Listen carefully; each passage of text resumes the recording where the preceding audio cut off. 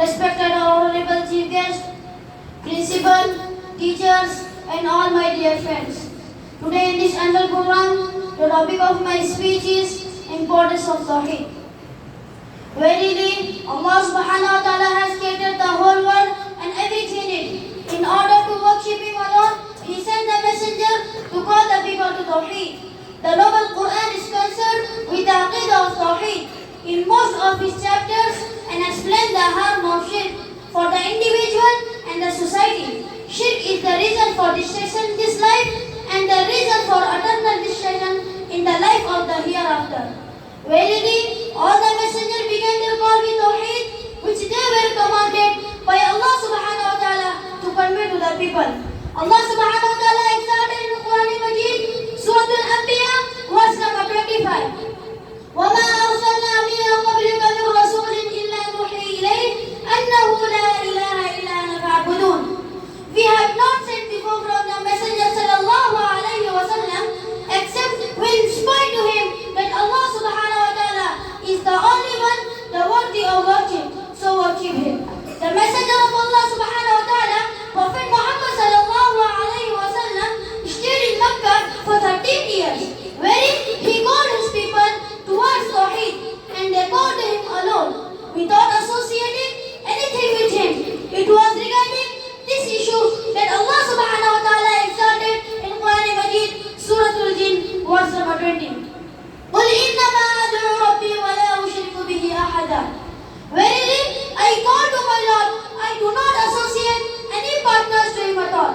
Prophet Muhammad sallallahu alayhi wa sallam said his cousin, Abdullah ibn Abbas radiallahu anhu in Tirmidhi, إِذَا سَأَلْتَ فَاسْأَلِ اللَّهِ وَإِذَا اسْتَعَنْتَ فَاسْتَعِنْ بِاللَّهِ. When you pray, then pray Allah subhanahu wa ta'ala. When you seek help, then seek from Allah subhanahu wa ta'ala. Verily, the Prophet Muhammad sallallahu alayhi wa sallam taught his companion to begin their call with Tawheed.